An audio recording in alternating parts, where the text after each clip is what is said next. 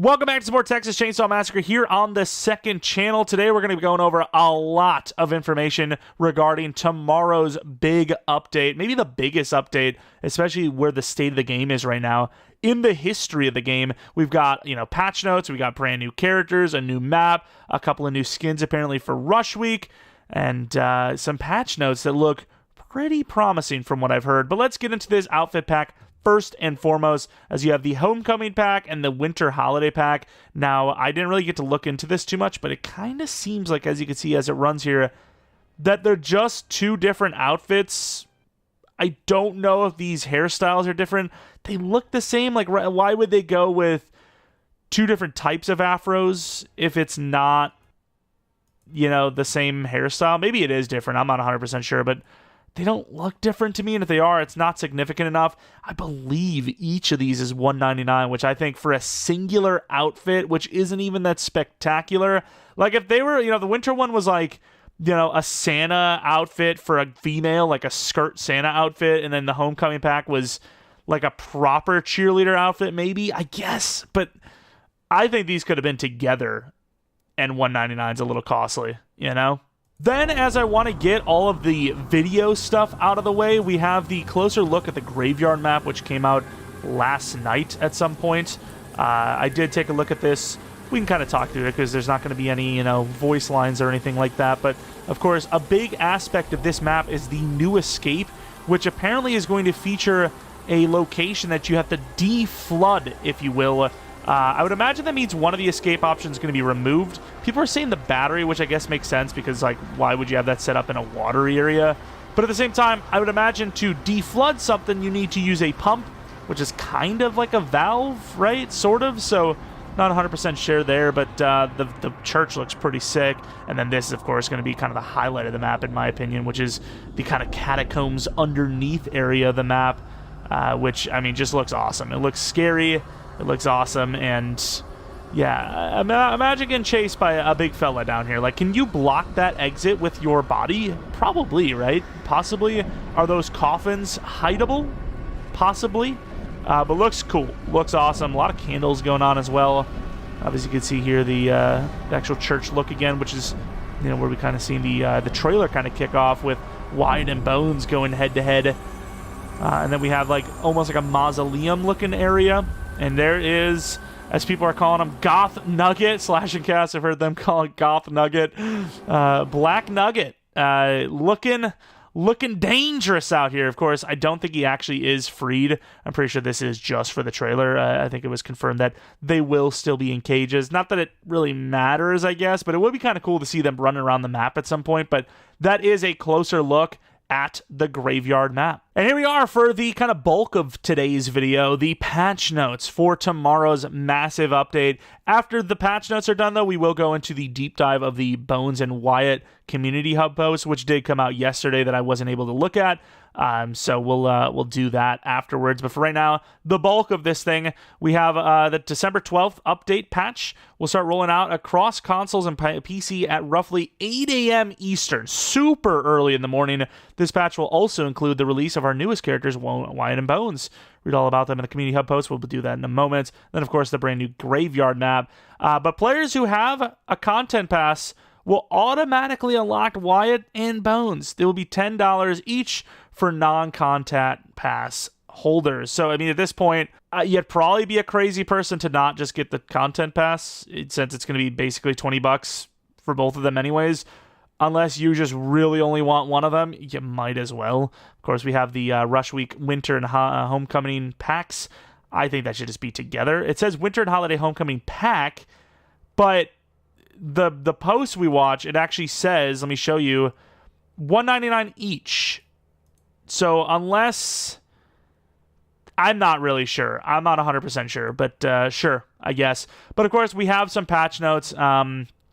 We have other family members can now walk through Nancy's barbed wire without breaking them. Massive buff to Nancy. That was such an annoying thing before. You'd pretty much have to decide, okay, well, I'm not going to put it this way because my teammates are going to run into it on accident and it's just going to be useless the whole game. Now you can place it anywhere you want, and the family's not going to break it, which is great. We have some noise reverts, which this was a stupid decision by them, but noise pings will no longer follow victims after they open a sliding door. I don't know why they would have thought that was a smart idea. Like, it's just, no, don't do that. Good thing that they decided not to do it. Of course, base game incorrect loading tip. We're going to kind of glance over, UI, basic bug fixes. If it's not a core component to the gameplay, I'm not too worried about it, but obviously see here, we changed the loading tip that stated that Leatherface was the only family member able to break barricades, because obviously now Hands can do that, and then we'll read now as Leatherface, Hands, and Bones are the only members who can destroy obstacles. Bones can break barricades inadvertently with a well-placed gore bomb. Okay, that's kind of cool. I didn't know you could do that. That is interesting to read. But we also have Rush Week private matches. So you got private matches, which is cool, but obviously you can only play, whatever you can assign Johnny, whatever. Private matches for Rush Week. Rush Week, Johnny, level 3. We've added back Johnny's speed increase at level 3. Now at level 3, Johnny has a speed increase and doors slammed on him will break. So he's getting stronger and stronger in Rush Week, which tells me that people are bullying the hell out of him. We have Hans' ability tree. We have adjusted the reduce ripstall cooldown level 2 of Hans' ability tree from 40 to 30%. I think it could have been a little bit better, but he did need a little bit of a nerf, right? That is, I imagine, from 40 to 30%, that means less cooldown reduce, so it takes a little longer. Then we also have Nancy's barbed wire removal time. We've reduced the time it takes for Nancy to remove a barbed wire trap that she's placed from 5 seconds to 3.5. I don't know if that's enough, but we also do have a reduce in time for how long it takes for her to create those and set those barb traps from 10 to 7 seconds. That's still a bit high, but it's obviously a welcomed increase. It says Nancy mains rise up, of course. We also have Nancy ability upgrade stacking. Nancy's upgrade level 1 and level 2 quicker recharge rate were incorrectly stacking, despite descriptions stating they do not. She's only been out since, oh my god, how long has this been? Has this been since 2023 November? And they finally figured it out? Cool. Of course, I'm not going to get my hopes up for this because we have seen victim endurance get fixed, break 20 million different times, but we have fixed an issue where endurance for victims was not scaling correctly with the amount of attribute points put into the attribute. When adding attributes into victim endurance, this will now impact the intended total stamina capacity, along with stamina drain while dashing or sprinting and stamina regen. We'll see. Of course, victims permanently highlighted. I guess there was an issue where they were being highlighted. They fixed it. Camera issue. Superior security pins. We have fixed an issue where security pins was stacking the difficulty of the lockpick minigame. What does that mean? Does that not supposed to happen? So is security pins way worse now? I thought with security pins, it should take a long time, right? Because not only can Connie insta-break those, but once those security pins locks from Cook are gone, he becomes the last place by a mile family member, and it's not even close. Even Nancy smokes him by a city mile. The locks are him. Without the locks, no one is using Cook. I'm sorry. They just aren't. They simply aren't. So I feel like if you're going to put some security pins on, you should be pretty good, right? Either way, wireframe will now function as intended and activate when a player traverses either. Okay, fair enough. So no cell charges would be breaking. Okay, we got fixes for Clear Eyes, Linger, Hands Barge Attack. We've resolved an issue where Hands players would become non-functional after. Okay, that kind of sucks. Base game, shared lockpick minigame progress. We have resolved an issue where lockpick minigame progress was not accurate when progression was shared across 2 or more players. So I guess if somebody did one notch, next person would come up and it wouldn't be one notched, I guess. Victim well, teleportation. We have fixed an issue where victim players would teleport when being encapped after performing the jumping down well animation. Was this, I did a video a while back where I think I teleported back up into battery side, or gen side anyways, when I was supposed to be down in the well, and I got the freest escape ever. I don't know. But the issue where a player could not join a lobby after accepting a native invite without, okay, whatever. Base game prompts, Leatherface UI, bone scrap required UI, wound marks, localization, so a bunch of stuff that we don't really care about. Family house textures, water puddles triggering, gas station collision. Fix base game's grandpa's sonar when sweet talked by Maria for new players. That's how levels work, blah, blah, blah. We have fixed some inconsistencies where family players would still be highlighted by Grandpa's sonar from being sweet-talked. Meh, some breaks.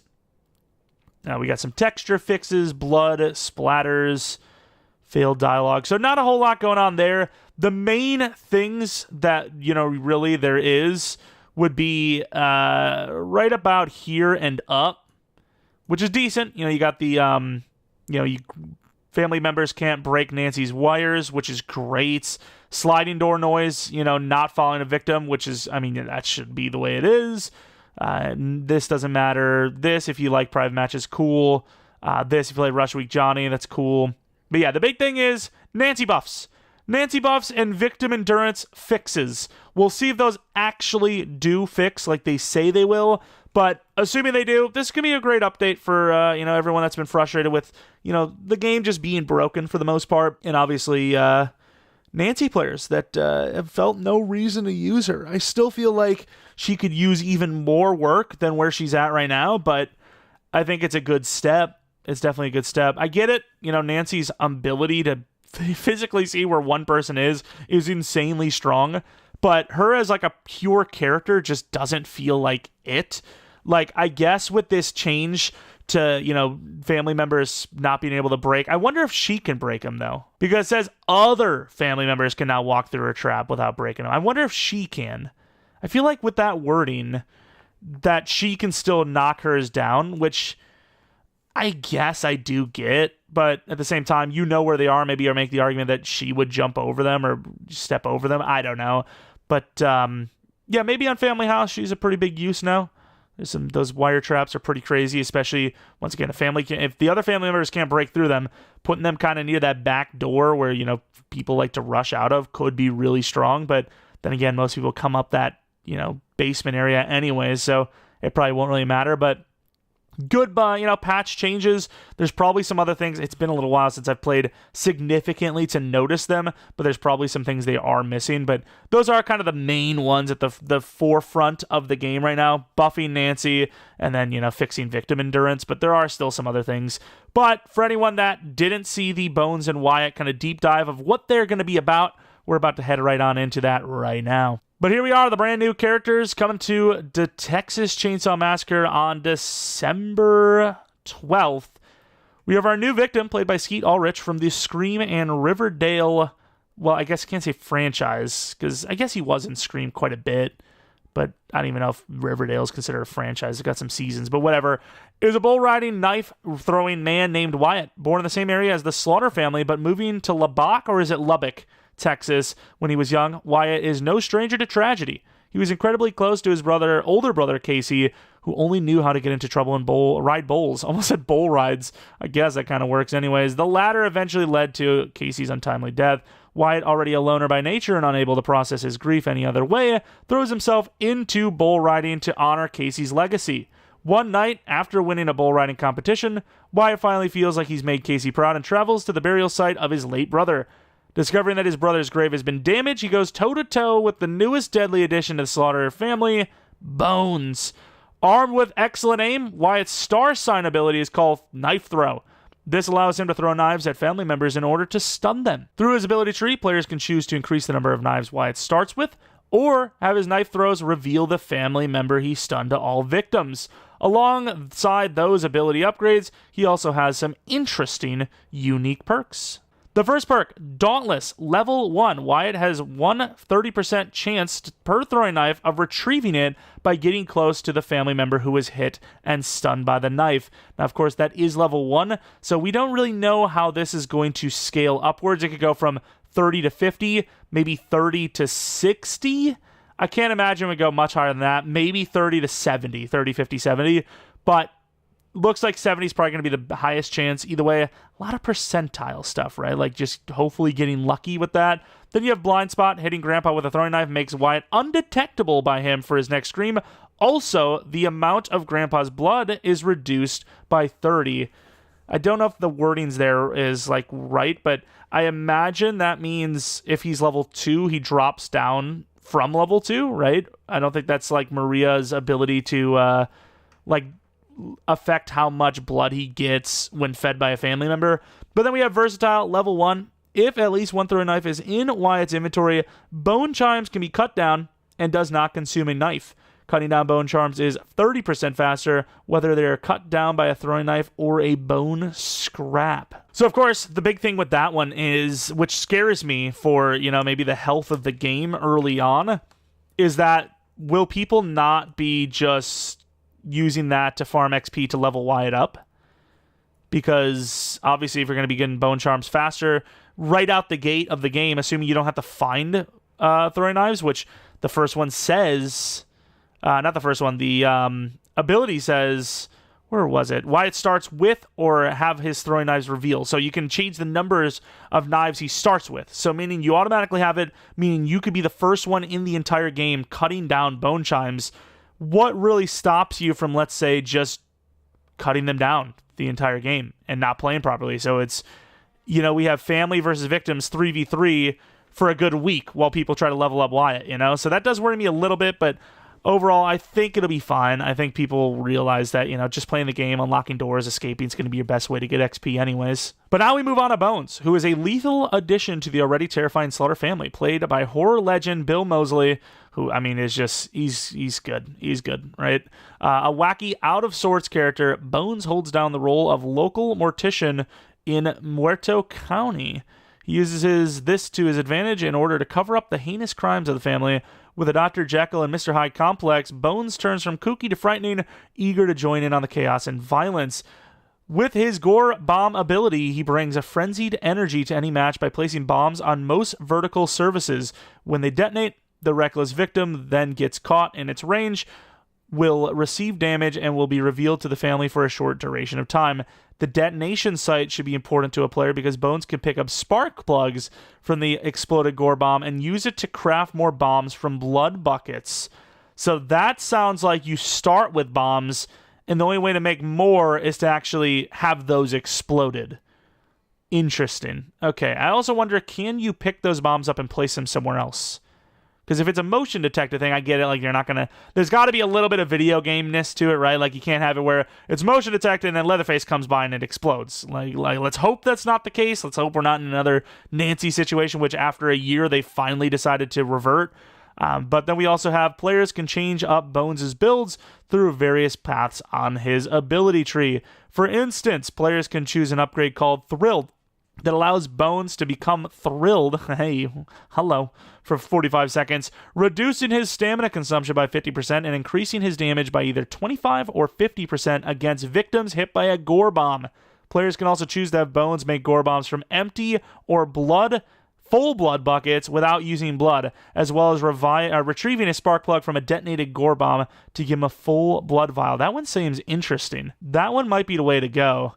Continue to shake up gameplay. Bones' unique ability gives him the ability to hunt down victims in ways players haven't seen before. With his perk Relentless, he can jump out of windows. The unique perk called No Escape lets Bones jump down wells. Another highlight is the perk Hunting Enthusiast that gives Bones the ability to crawl over barricades. Here's what Bill Moseley had to say about being Bones. Oh, we get a quote from Bill himself. Bill says, "I'm excited to see Bones come to life in the horrorscape of Guns Interactive's The Texas Chainsaw Massacre. When they contacted me, my first thought was a ribcage and Bones playing it like a xylophone with a couple of ulnas as drumsticks singing to the moon while his human barbecue is slow roasted over an open prairie flame. Dem bones, dem dry bones, sing it, daddy." Happy to work with Gunn on this and happy to help develop a new character that not only helps keep the spirit and language of the Slaughter family, but embodies the physical energy and movements via motion capture. Yep, it's all me jumping and swinging. I've played Chop Top and Texas Chainsaw Massacre 2. Rest in peace to that dream to come into the game. Brother Drayton in Texas Chainsaw 3D, so why not push the envelope with Bones? Hope you all enjoy chasing the innocent with me and smacking them down as soon as I catch up with them. It's really cool, though. It's pretty cool. I would love to see, because I don't know if he'll play video games. He's on the older side, right? He's a pretty old man, but, it'd be cool to see him actually, react. If they had a video of him reacting to his character in the game.